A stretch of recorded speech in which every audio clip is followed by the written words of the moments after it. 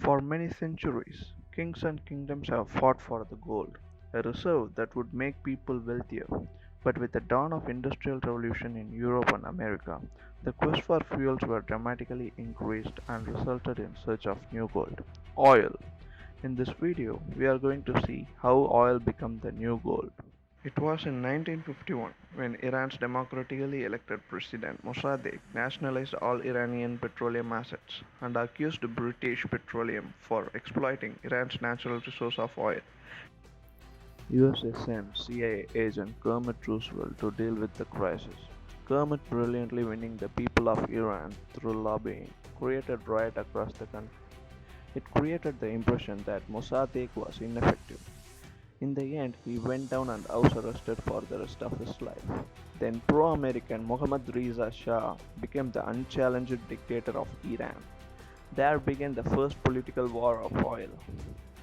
Earlier, when the Second World War was at stake in 1944, nearly all allies were economically broke and stagnated.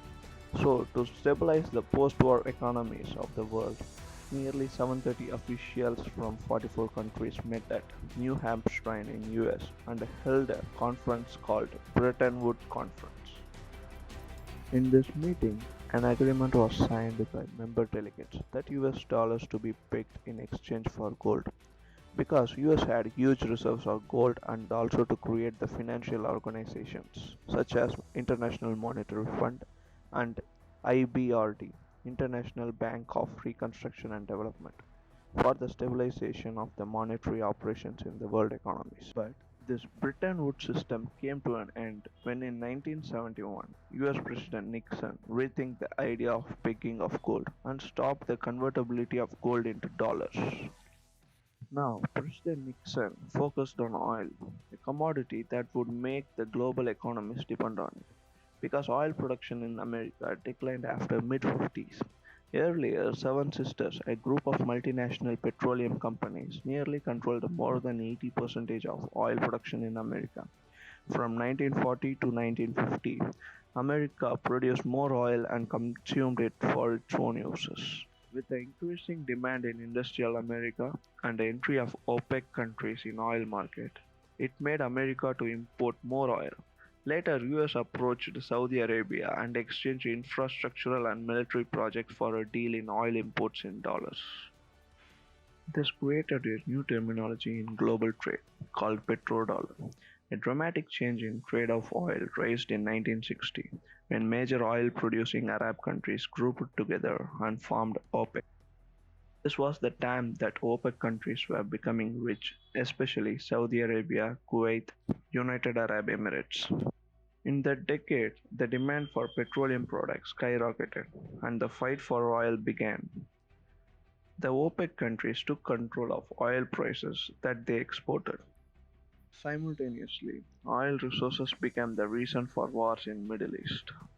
US invasion of Iraq was clearly seen as the war for oil resources in Iraq. This was confirmed by General John Abizadeh, former head of US Central Command and Military Operations in 2007.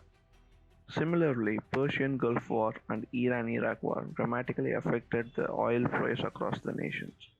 In 1973, OPEC countries stopped the trade of oil to the industrial nations Canada, UK, US, Japan for supporting Israel in Yom Kippur War.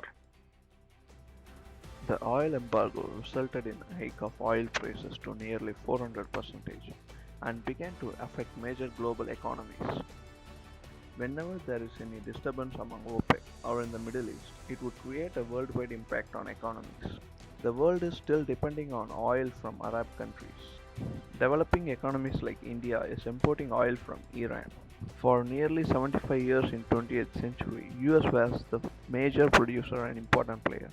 After the 1973 oil crisis, this was shifted to OPEC countries.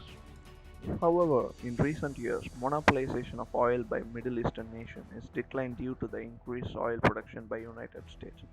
That limits the OPEC influence on determination of oil prices. However, OPEC's decision plays a vital role in oil prices in global arena. Even to this, uses of oil are environmentally affected. Combustion of oil releases CO2. a greenhouse gas creating global warming.